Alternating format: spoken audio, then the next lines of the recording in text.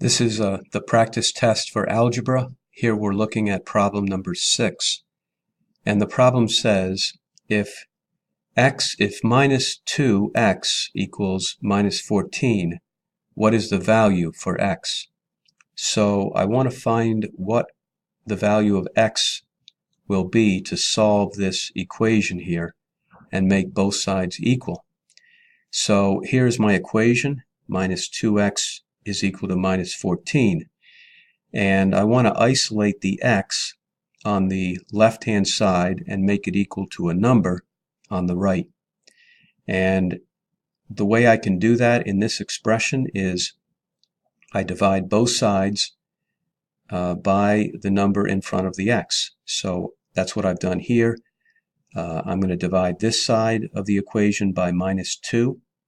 And I'm going to do the same thing on this side, divide by minus 2. The rule with equations is whatever you do on one side, you have to do the same thing on the other side. So I've divided both sides by minus 2, and that keeps both sides equal. The minus 2 divided by minus 2, these cancel each other, and I'm left with just the x, and the x is equal to minus 14 divided by minus 2, which gives me a positive 7, and that's my answer.